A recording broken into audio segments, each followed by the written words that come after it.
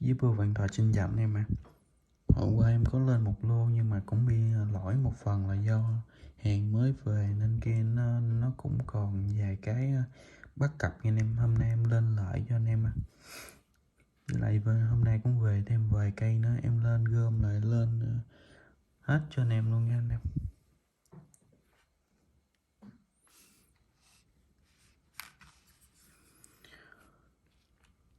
Con đầu tiên nha anh em. Con đầu tiên 1955 cấn nha anh em. Cốt đồng mạ chôm, khắc ăn mòn đổ sơn à.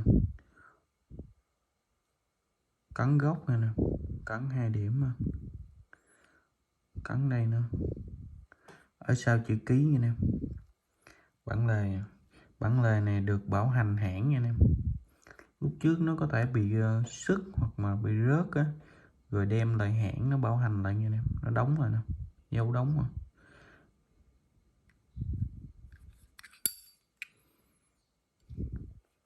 Lưỡi gà gù nha anh em. Bánh xe sợi chỉ, tim bột à. Gột bát trùng giai đoạn nha anh em, nguyên zin luôn, gột nguyên zin nha anh em.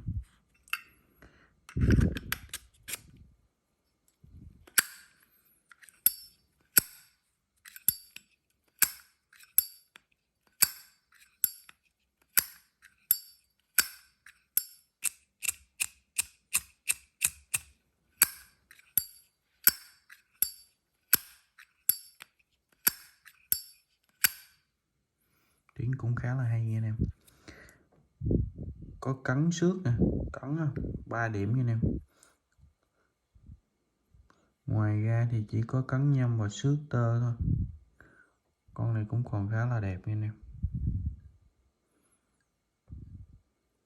80% luôn. Chủ yếu là cái phần hãng nó bảo hành nó đóng rồi. Cái bản lề nó cũng khá là bền nha anh em, chắc chắn luôn, nó đóng mà. Cái hàng này là hàng điện nha anh em, bấm 2 dấu bản lề.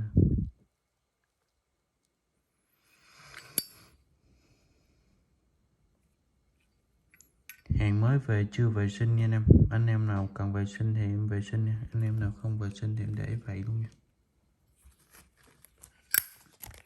1955 nha anh em, 1955.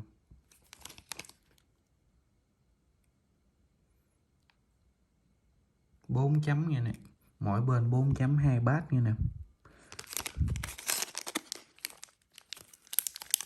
Anh em nào cần hình chi tiết thì cứ inbox Zalo cho em, em sẽ gửi hình chi tiết từng con một cho anh em. Con này để cho anh em chăm thuốc luôn nha, 1,7 triệu nha anh em. Đầu like cho anh em. Con số 2 nha anh em, con số 2 8 chấm luôn nha anh em. Bên 4 bát giữa, một bát chữ xéo nha anh em. Oxy hóa nè, chủ yếu cái này nó bị oxy hóa thôi, mình đánh mình vệ sinh là hết nha anh em. Cắn nhâm quá nhiều luôn nha anh em, cắn nhâm trên nắp nè.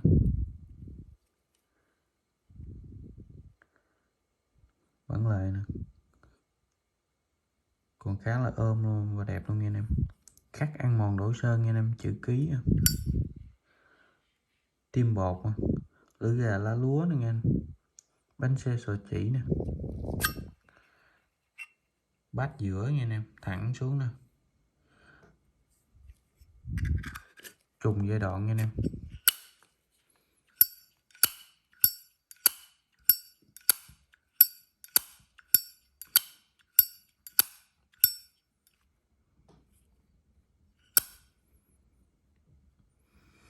Cái này em vệ sinh có thể nó hết nha anh em, không đáng kể đâu.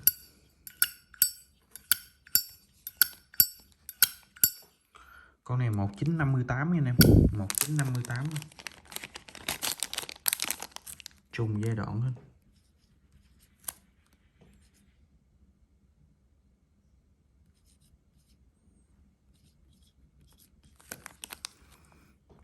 Con này để cho anh em 2 triệu luôn nha anh em, 2 triệu luôn.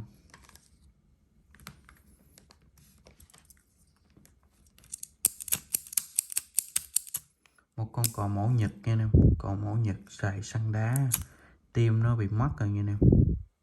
Nguyên zin hết, chưa sửa chữa luôn. Còn mẫu Nhật khá là to luôn.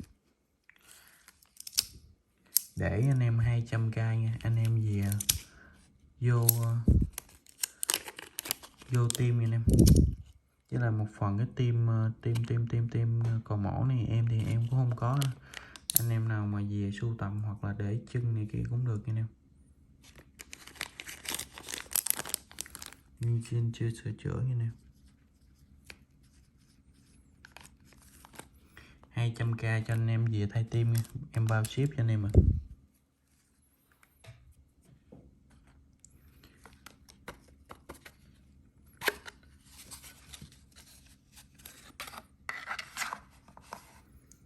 Em lên một con đời 04 nha anh em. Đít lòi nè. Được mạ bạc nha anh em. Khắc gồng nha anh em. Khắc ăn mòn.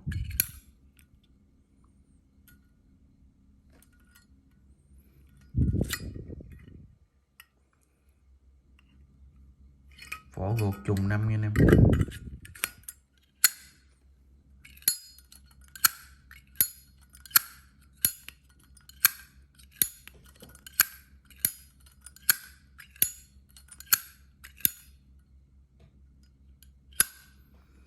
Một con 204 new full box nha anh em. Dòng mạ bạc.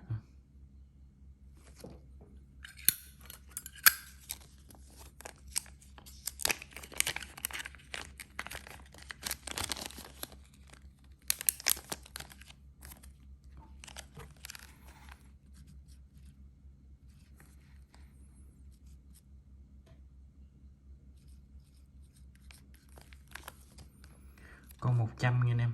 Để cho nên là 1 triệu nha. Con 204 new full box khắc rồng nha anh em. New full box.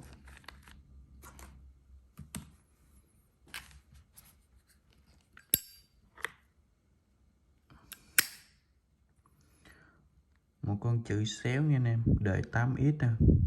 1986 nha anh em, hay là mã nè. Đít lòi nha anh em. Dòng sức Nhật. Cốt đồng mạ trơm, cắt ăn mòn đổ sơn nha anh em. Gột trùng 5 luôn. Hay là mã.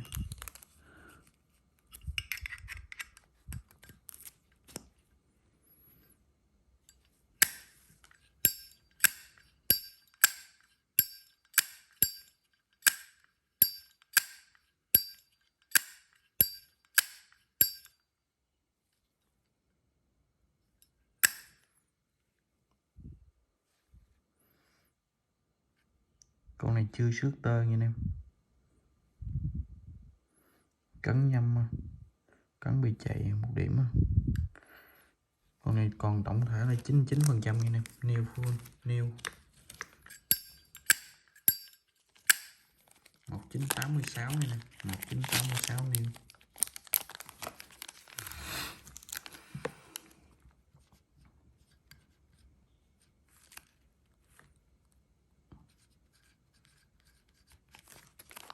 Để cho anh em là 2,7 triệu nha. 1986 new.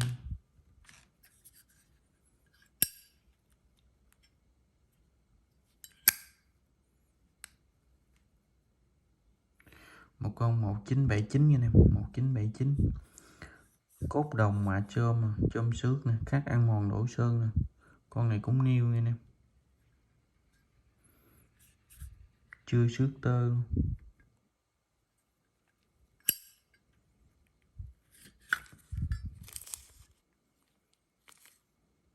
Guộc 2 mặt chữ trùng giai đoạn nha anh em. Tim bột.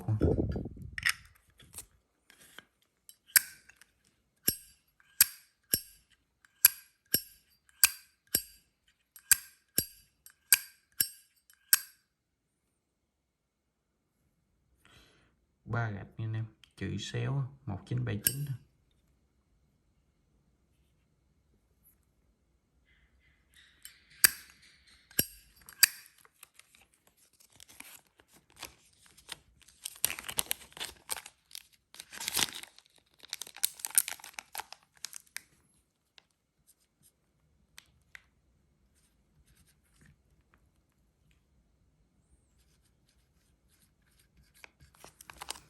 Để cho anh em luôn nha, 2,9 triệu nha anh em, trong like này nha anh em. Một con 1979.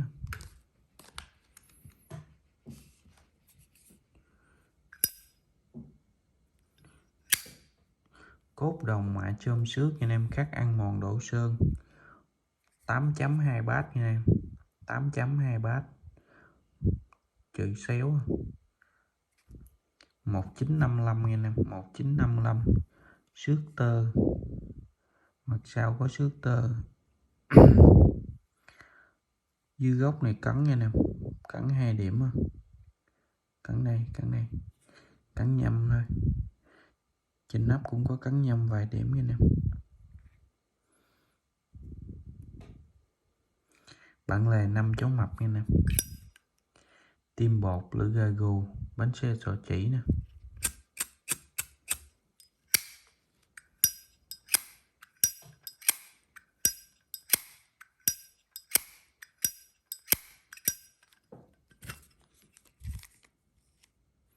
Gột bát chung giai đoạn nha anh em, gột bát chung giai đoạn.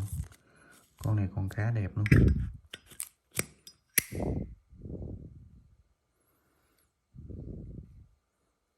Con này chủ yếu là chỉ cắn nhâm dưới đất thôi. Ngoài ra con này còn cỡ 95% nha anh em, 95%.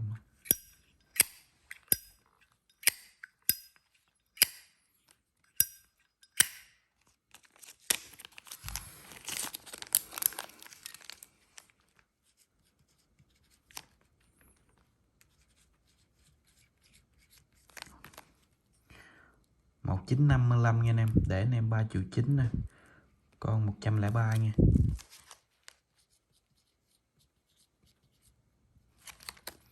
Một 1955.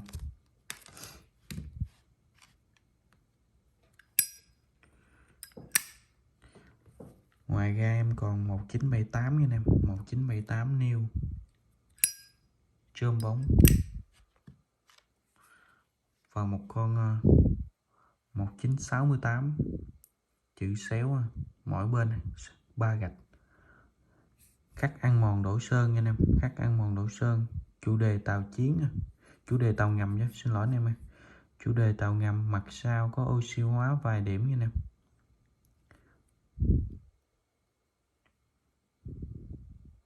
Con này chỉ cắn nhâm nhẹ vài điểm thôi. Xước tơ. Con này new nha anh em. Lửa gà lá lúa nè, tim bột nè. Bát trùng giai đoạn nha anh em. Con này new, do để lâu quá lớp trơn nó bị oxy hóa thôi.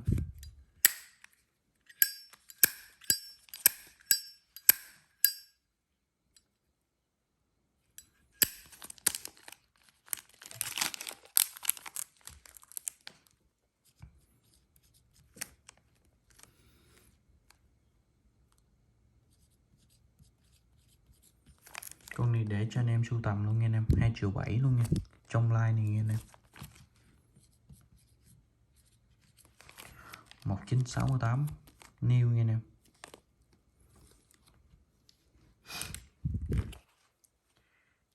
Em lên một con bạc nha anh em. Con này live new.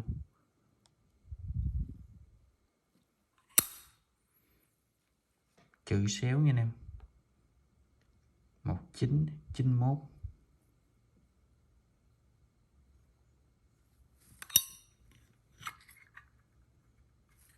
Gột trùng giai đoạn nha anh em, gột bát mờ trùng giai đoạn nguyên bản nha. Con này live new còn khá là đẹp luôn.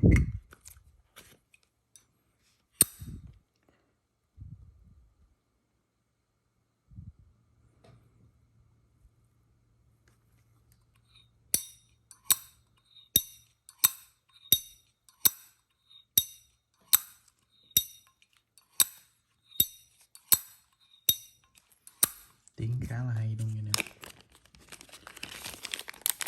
Live new mà đề bạc đề La Mã nữa, nhưng mà đa số cái dòng này nó sẽ rẻ hơn cái dòng đời số bây giờ. Đời số bây giờ nó cũng dao động cỡ 4,5 triệu 5 triệu một cây nha anh em.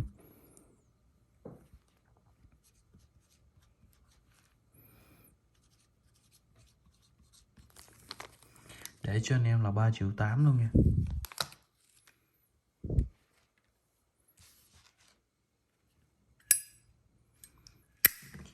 Em còn một con 1967 nha anh em, 1967 và 1978 hai con đều nêu trơn, con HB bóng và con xước. Anh em nào cần thì cứ inbox Zalo cho em nha. Em xin cảm ơn ạ.